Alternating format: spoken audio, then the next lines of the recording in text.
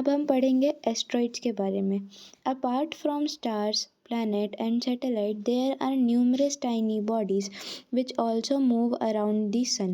तो क्या बोल रहे हैं ये कि जो स्टार्स, प्लैनेट और सैटेलाइट, इन सब को छोड़ के भी हमारे पास क्या एक टाइनी बॉडी, छोटी बॉडी होती है which also move around the sun, जो कि सन के अराउंड मूव करती है। ठीक है, जैसे हमें पता है कि अर्थ मूव करता है, फिर अदर प्लैनेट्स मूव करते हैं। ठीक है, ये सब मूव करते हैं, वैसे ही हमारे एक छोटी छोटी टाइनी बॉडी होती है, वो भी अर्थ के अराउंड मूव सन के अराउंड मूव करती है। अब these bodies are called asteroids, और इसे ही हम क्या कहते हैं, एस्ट्रॉइड्स कहते हैं। ठीक है, they are found between the orbits Mars and Jupiter, और ये किसके ऑर्बिट के बीच में फाइंड होता है, मार्स एंड जुपिटर के।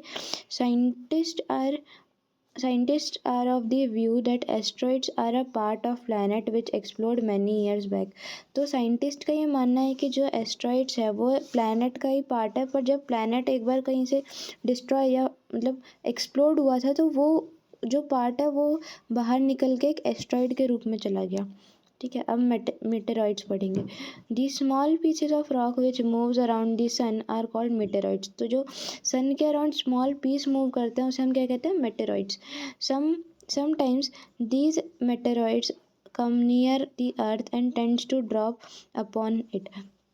कभी कभी हम लोग बोलते हैं कि अर्थ के पास एक मेटेरॉइड जा रहा है या वो अर्थ पे चल आ जाएगा तो क्या हो जाएगी, अर्थ डिस्ट्रॉय हो जाएगी। तो ये सब क्या है, अगर sometimes these meteoroids come near the earth and tends to drop on it, कभी कभी तो जो हम टूटता हुआ तारा कहते हैं ना, वो भी क्या होता है, मेटेरॉइड्स ही होते हैं। बस वो क्या होता है, जब बहुत हाई स्पीड में होते हैं तो उनके कारण उसमें हीट होती है और ऐसा लगता है कि जैसे एक स्टार गिर रहा है, पर वो होते हैं मेटेरॉइड्स ही है। ठीक है, अब during this process due to the friction with air they get heated up and burn, it causes flashlight। तो मैंने जो आपको बताया कि जब during this process due to friction आप लोगों ने साइंस में पढ़ा होगा शायद, तो साइंस फ्रिक्शन के कारण with the air they get heated up and burn. और फ्रिक्शन के कारण क्या होता है, फ्रिक्शन क्या प्रोड्यूस करता है, हीट प्रोड्यूस करता है।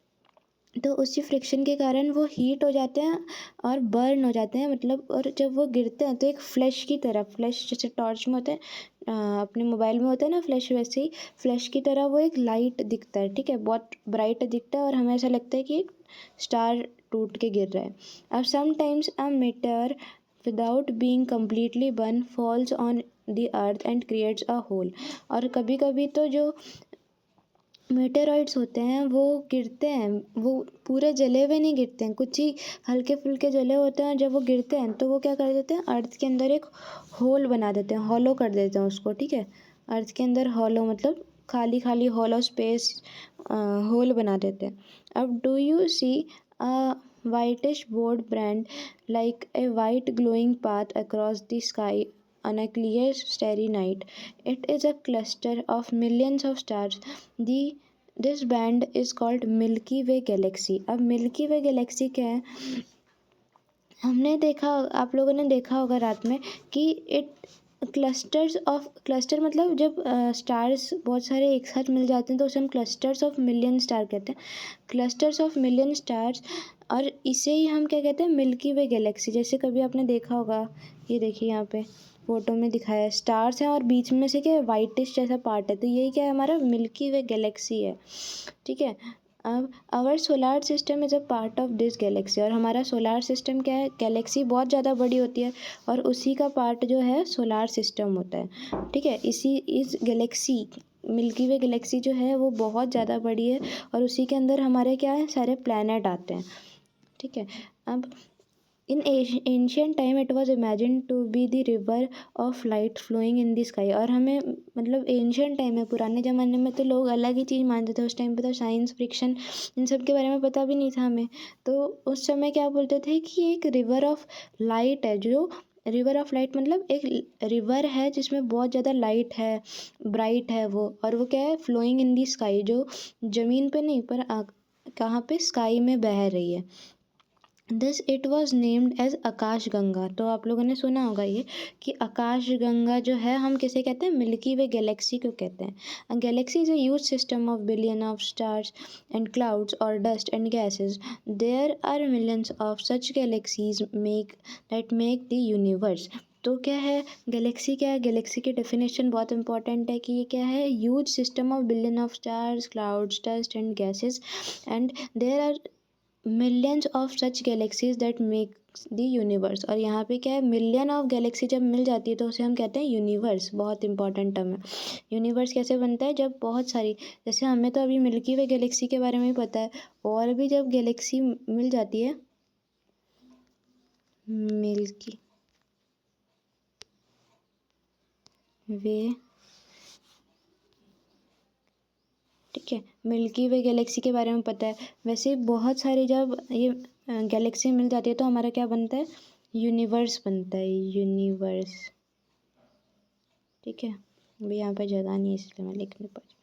It is difficult to imagine how a big the universe is. तो हम अब इमेजिन कर सकते हैं कि यूनिवर्स कितना ज़्यादा बड़ा होगा। Scientist are still trying to find out more and more about it. We are not certain about its size, but we know that all of us, you and I, belong to this universe। तो मतलब हमें सब कुछ नहीं पता होता है ना, तो कुछ पता है। ठीक है, अभी हमने रिसर्च, साइंटिस्ट अभी भी रिसर्च कर रहे हैं इनके बारे में और बहुत ज़्यादा जानकारी लेने की कोशिश कर रहे हैं, हमें देंगे जानकारी। पर क्या हमें इतना तो पता है कि हम और मैं दो हम आप और मैं दोनों क्या, हम कहाँ रहते हैं, यूनिवर्स के अंदर ही रहते हैं। ठीक है, तो इसी के साथ हमारा चैप्टर ख़त्म होता है। और अभी हमने ये एस्ट्रॉइड्स की पिक्चर है। ठीक है, ये देखो पत्थर जैसा दिख रहा है ना, ये एस्ट्रॉइड है। और कुछ बाकी रहा हमारा, ये देखिए, ये हमने नहीं पढ़ा ना। Do you know light travels at the speed about 300,000 kilometre per second, yet even with this speed the light of the sun takes about 8 minutes to reach the earth। तो क्या है, बोल रहा है कि जो light travel at the speed of, कितने ज़्यादा स्पीड से ट्रेवल करती है ना, और yet even with this speed the light of the sun takes about, कितना टाइम लेती है, 8 मिनट ही लेती है सिर्फ हमारे सन में, अर्थ पे आने पर। ठीक है, सन की लाइट 8 मिनट ही लेती है हमारे अर्थ तक आने में। Interesting fact, Neil Armstrong was the first man step on the surface of the moon on 20 जुलाई। ये क्या है, हमारा करंट अफेयर्स का क्वेश्चन है कि नील आर्मस्ट्रॉन्ग क्या था, उसने 20 जुलाई 1969 में उन्होंने सबसे पहला कदम रखा था, या सबसे पहले इंसान थे जो चांद पे गए थे।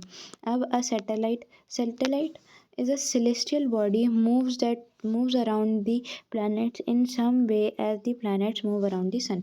तो सैटेलाइट क्या होती है, वो भी मून, अर्थ के अराउंड या प्लैनेट के अराउंड ऐसे मूव करते हैं जैसे प्लैनेट सन के अराउंड मूव करता है। ठीक है, मतलब प्लैनेट कैसे मूव करते हैं, एक ऑर्बिट में मूव करते हैं ना, वैसे ही सैटेलाइट भी क्या होती है, एक ऑर्बिट में ही मूव करती है। अब human made satellite is an artificial body. It is designed by scientist to gather information about the universe for communication.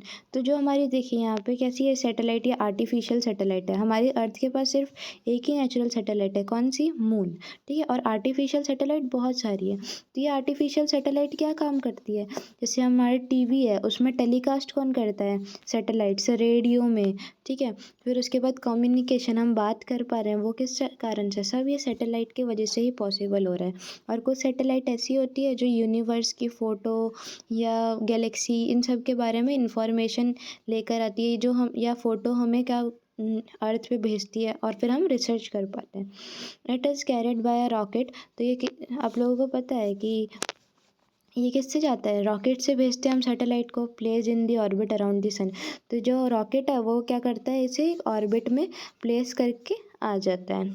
ठीक है, some of the Indian satellite are INSAT है, एड्यूसेट है, इनसेट है, ये सब क्या है, इंडियन सैटेलाइट है। तो what do animal and plant required in order to grow and survive. तो what do animals and plants required in order to grow and survive. तो ये क्वेश्चन है हमारे पास, और ये आपको मुझे कमेंट में बताना है। ठीक है, इसका आंसर, नहीं तो फिर मैं अगली वीडियो में आपको बताऊँगी। यहीं के साथ हमारा चैप्टर ख़त्म होता है। ठीक है। और वीडियो पसंद आई हो तो लाइक कर दीजिएगा, सब्सक्राइब कर दीजिएगा चैनल को, ठीक है। और आप बता दीजिएगा कि एक्सरसाइज मुझे पोस्ट करनी है कि नहीं, ठीक है, नहीं तो मैं इसका भी वीडियो डाल दूँगी, ठीक है। तो तब तक के लिए बाय।